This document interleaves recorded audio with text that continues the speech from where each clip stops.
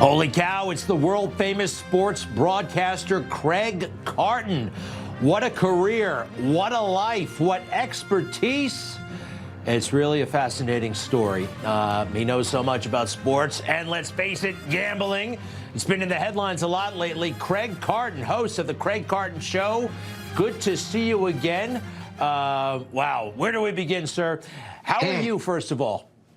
I'm doing great. It's been a long time since you and I got to see each other. Congratulations on all your success, and happy to be a part of the show tonight. I'm doing great, so I appreciate you asking. Well, thank you, and everybody knows it.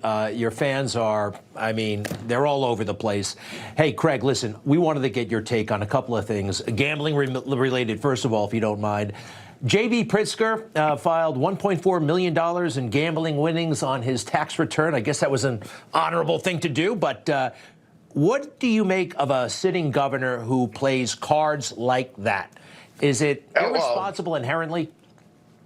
It's problematic. You know, obviously he's not allowed to gamble in his own state of Illinois because he's also in charge of the state's gaming commission. So that's a no-no. And I've never heard of it before. I'm sure it's happened in back rooms. And certainly if him and his buddies want to play on a Friday night, I don't think there's anything all that wrong with that or untoward about it. But when a sitting governor who passes legislation legalizing gambling and allowing gambling to foster in his own state, all of a sudden has a $1.4 million win, it raises red flags for someone like me who's a compulsive gambler, because to win $1.4 million, number one, you don't win that at a Texas Hold'em table. So I'm assuming he was playing blackjack at whatever casino he claims he was at in Las Vegas.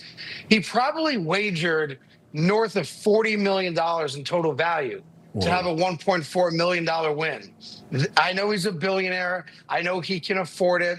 I'm unaware of any other aspect of his life where people are concerned that he has a gambling problem. But it's just not a good look for the people of Illinois and his constituents. I can tell you that. No. And by the way, you say compulsive gambler. My understanding or my sense is you've beaten that. You've controlled that, right? You're on top of it. Yeah, so in theory, you're always in recovery, but I haven't made a wager of any kind in over 7 years now. So I feel like for me, I'm in a really good place, to be fair. There are people that have gone without gambling longer than I have who, for whatever reasons or life moments, unfortunately go back to gambling, which is why in our world of recovery, I'm not going to gamble today. But I do feel like I'm in a very good place. I don't have the desires I used to have to play blackjack and gamble like I used to. I also don't have the money to do it. And if I want to stay married, I'll never gamble again anyway.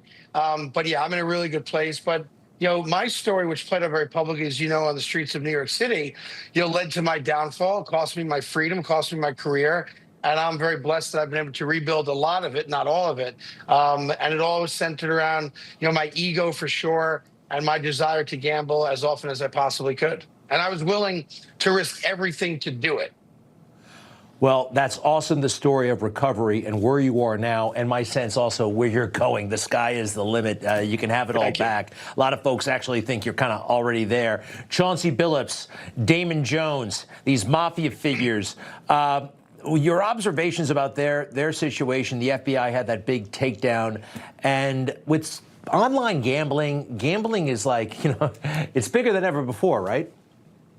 It's the biggest it's ever been in this country from a legal standpoint. 38 states have ratified legalized gambling from coast to coast. There's two kind of stories in one here. There's one that's an alleged rigged poker game, which is problematic for its own reasons. So I'll put that to the side just for a second. Then there's the Rozier story, the Damon Jones story, where they're alleged to have traded on either inside information about guys not being available to play, or in Rozier's case, the allegation is that he was purposely going to take himself out of a game so that guys in his world could cash in on his under. So I'll walk you through that very quickly. A prop bet, which is one of the most popular forms of betting right now, coast to coast, is that you can make a wager on an individual's performance. How many points is he going to have? Rebounds, assists, those types of things. Now, the only wager a player can control is his own under. So in other words, if the over-under on total points scored from Rozier is 18, he can't guarantee that he's going to score more than that, but he sure as heck can guarantee that he's going to score less than that, either by purposely missing shots, or in this case, what he's alleged to have done is taking himself out of a game.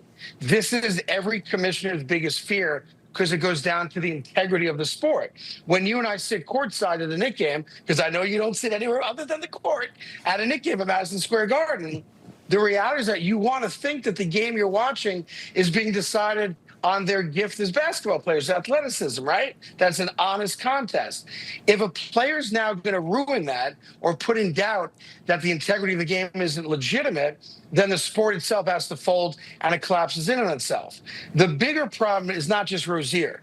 The problem now with questioning the integrity of the sport and guys controlling the outcome of their prop wager is what happened 2 nights ago. And I'll walk you through it very quickly. James Harden, first ballot Hall of Famer, one of the great scorers in the history of the NBA. On Tuesday night, the over-under for his points scored in the game was 20.5. In the first half of their game against the Golden State Warriors, James Harden scored 20 points. So if you bet the over, at halftime, you're already celebrating because he's not going to go scoreless in the second half. It was a low-scoring game. They were up by 3 at halftime. They wound up losing the game by 19 points. In the second half, one of the great scorers in the history of the league did not score a single point. He only took 3 shots, didn't take a free throw, and played 12 out of 24 minutes in the second half. No one's accusing James Harden of doing anything wrong. But because of the scandal from last week, people that had money on the outcome of his over-under are watching that game going, come on now. James Harden didn't score a single point. And oh, by the way, that meant that the under covered. That's why we now have a problem. Well, that's fascinating and a little bit complicated for me, but I know. And how about this? I've always been curious. If you bet on a game, does it heighten your awareness and does it actually develop an expertise? Because, you know, if you bet on an outcome, you literally have more, more riding on it. Sure. And so you inhale details and information that you wouldn't otherwise. It doesn't make you a smarter fan. It makes you far more aware of stats, of streaks, of records, of likelihood of certain types of outcomes. It absolutely heightens the experience of watching the game, which is one of the things that the gambling sites use to their benefit and why so many people are now gambling for the first time. You can make any particular game now essentially a pay-per-play event. And yes, the dopamine in your body rises, the interest, the agita, all those things that come along with wagering your hard-earned money on the outcome of a game. But one of the things I do want to talk to you about, a lot of people have asked me, and you may at some point ask me in this interview, well, you're talking about guys that have made over $100 million. Why would guys like that ever risk their fortunes, their careers, and their reputations by wagering or allowing guys to wager on information they had? And what people have to recognize is gambling addiction doesn't care how much money you have or how much money you earn. When I went to rehab, I spent time with blue-collar, minimum wage guys and gals who had addictions to $1 scratch-offs. So here I come into the room thinking I'm a badass because of the amounts of money I'm wagering on blackjack. But the guy in the room from Oklahoma that I met, who had an addiction to $1 scratch-offs, processed gambling emotionally and mentally the exact same way that I did. Because there's great commonality in the addiction. The recovery is very unique person to person. But people have to forget about how much money these guys are making, because once you get bit by the bug, the amount of money you have becomes irrelevant. And you lose total value in the dollar that you've worked very hard to earn.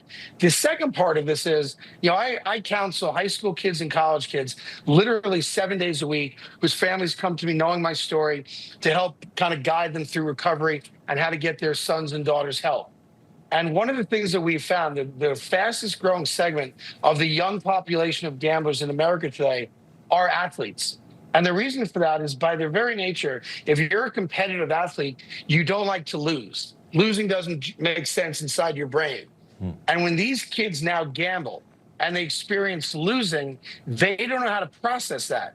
So their immediate reaction is, I'm not a loser, I'm competitive. I only know how to compete and eventually win. So when they do lose, they start making really bad, irrational decisions, and they start chasing the original bet or the second bet or the third bet by betting more to make up for the initial loss. That's why the NCAA's decision a couple of days ago, actually a few weeks ago, pardon me, that, and I don't know why they decided this, I don't know where it came from or who was pushing for it, but on November 22nd, and your audience needs to know this, the NCAA has ratified an agreement to specifically allow college athletes to legally wager on professional sports. An epidemic is around the corner. And I don't know why the NCAA felt the need to allow these competitive kids who are not going to gamble well or successfully to now do it legally. This doesn't make any sense. That is wild. That is wild, and it's news to me. Craig Carton, amazing. Your insight, your experience, your wisdom, it's off the charts. Craig Carton. Craig Carton Live is a great place to go on X for content. That's what people tell me.